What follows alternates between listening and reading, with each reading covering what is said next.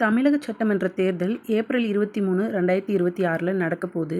இந்த தேர்தலில் யார் முதல்வர் ஆவாங்க அப்படின்னு உங்களுடைய கருத்தை மறக்காமல் கமெண்ட் பாக்ஸில் பதிவு பண்ணிவிட்டு அப்படியே என்னுடைய சேனலை சப்ஸ்கிரைப் பண்ணிக்கோங்க. தமிழ்நாடு சட்டமன்ற தேர்தல் களம் இப்போ ரொம்ப சூடு பிடிச்சிருக்கு அப்படின்னு தான் சொல்லணும். தற்போதைய நிலவரப்படி தமிழக அரசியல் களம் 4 முனை போட்டியை நோக்கி நகர்ந்திருக்கு. நேற்று நிலவரப்படி அதிமுக தலைமையிலான கூட்டணியுடைய தொகுதி பங்கீடும் அதிகாரப்பூர்வமாக கையெழுத்து பண்ணியிருக்காங்க. தமிழக சட்டமன்ற கழகம் இப்போது ரொம்ப சூடு பிடிச்சிருக்கு அப்படின்னு தான் சொல்லணும். ஏன்னா வருகின்ற ஏப்ரல் 23, 2026 எலெக்ஷன் நடக்க போகுது. அதனால் எந்தெந்த கட்சிகள் யார் யார் கூட முக்கிய கூட்டணி வச்சுருக்காங்க அப்படிங்கிற தகவலையும் எவ்வளோ தொகுதி பங்கீடு அப்படிங்கிற முழு விவரத்தையும் இந்த வீடியோவில் பார்க்கலாம். இப்போது திமுக தலைமையிலான கூட்டணி, அதாவது மத சார்பற்ற முற்போக்கு கூட்டணி, இவங்க ஆளுங்கட்சியாக இருக்காங்க. இவங்க ஏற்கனவே இருக்கக்கூடிய பழைய கட்சிகள் கூட தேர்தலை சந்திக்கிறதா முடிவெடுத்திருக்காங்க. பழைய கட்சிகள் எதுன்னு பார்த்தோன்னா காங்கிரஸ் மற்றும் இடதுசாரி கட்சிகள் கூட தொகுதி பங்கீடு இறுதிக்கட்டத்தை அடைஞ்சிருக்காங்க.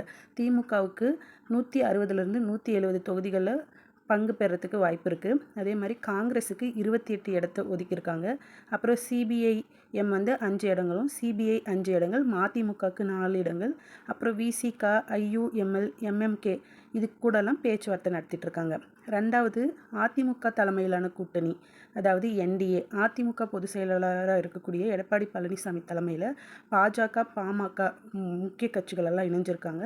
அதிகாரப்பூர்வமாக இவங்களுக்கான தொகுதி ஒதுக்கீடு என்ன சொல்லியிருக்காங்க அப்படின்னா, அதிமுக கட்சி 178 இடங்களில் போட்டியிட போகிறதாகவும், பாஜக 27 இடத்துலையும், பாமக அதாவது அன்புமணி ராமதாஸ் 18 இடத்துலையும், அமமுக டிடிவி தினகரன் கட்சிக்கு 11 இடங்கள்லையும் தொகுதி ஒதுக்கீடு செஞ்சுருக்காங்க.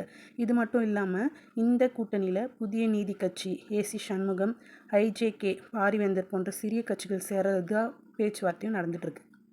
மூணாவதாக நம்ம பார்க்க போகிற கூட்டணி மற்றும் தொகுதி பங்கீடில் யார் இருக்காங்க அப்படின்னா தமிழக வெற்றி கழகம். தமிழக வெற்றி கழகத்தினுடைய தலைமையில் நடிகர் விஜய் அவர்கள் இருக்காங்க.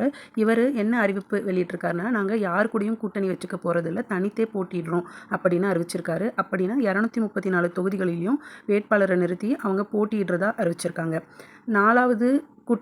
நாலாவது மிகப்பெரிய கூட்டணியாக யார் இருக்காங்க அப்படின்னு பார்த்தோன்னா பாமக, ராமதாஸ் அணியும் சசிகலா கூட்டணி. ராமதாஸுக்கும் அன்புமணிக்கும் நடுவில் சண்டை இருக்கிறதுனால அன்புமணி திமுக கட்சியில் ஜாயின் ஆகிட்டார். ராமதாஸ் சசிகலா கூட சேர்ந்து போட்டிடுறதுக்கு அதிக வாய்ப்புகள் இருக்கிறதா தெரிய வருது.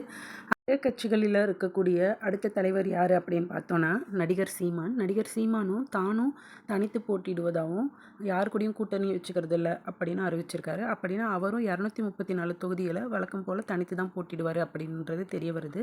இந்த வீடியோவில் நான் எந்த கட்சி கூட கூட்டணி வச்சுருக்காங்க, அதே மாதிரி 234 தொகுதிகளுடைய தொகுதி பங்கீடு எந்தெந்த கட்சி கூட இருக்குது அப்படிங்கிற முழு விவரத்தையும் இந்த வீடியோவில் சொல்லியிருக்கேன். இப்போ சொல்லுங்கள், இந்த தேர்தலில் யார் ஜெயிக்கிறதுக்கான வாய்ப்புகள் அதிகம்? ஏற்கனவே ஆளுங்கட்சியாக இருக்கக்கூடிய டிஎம்கே ஜெயிக்கிறதுக்கான வாய்ப்புகள் அதிகமாக, இல்லைனா புது வரவாக இருக்கக்கூடிய டிவிகே கட்சி வெற்றி பெறத்துக்கான வாய்ப்புகள் இருக்கா? இல்லை இவங்க 2 பேர் இல்லாமல் இருக்கக்கூடிய ஏடிஎம்கே கட்சியா, இல்லைனா நாம் தமிழர் கட்சி வெற்றி பெறத்துக்கான வாய்ப்புகள் இருக்கா அப்படிங்கிறத கமெண்ட் பாக்ஸில் பதிவு பண்ணுங்கள். அப்போ தான் உங்களுடைய மனசில் யார் முதல்வராக இருக்கக்கூடிய இடத்துல இருக்காங்க அப்படிங்கிறது எல்லாருக்குமே தெரிய வரும். கண்டிப்பாக யார் ஜெயிக்கிறாங்க அப்படிங்கிறத பொறுத்திருந்து பார்ப்போம்.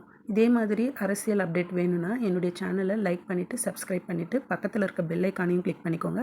அப்போ தான் நான் போடுற வீடியோடைய நோட்டிஃபிகேஷன் உங்களுக்கு வரும். அடுத்த ஒரு அரசியல் அப்டேட்டில் சந்திக்கலாம். Tata bye.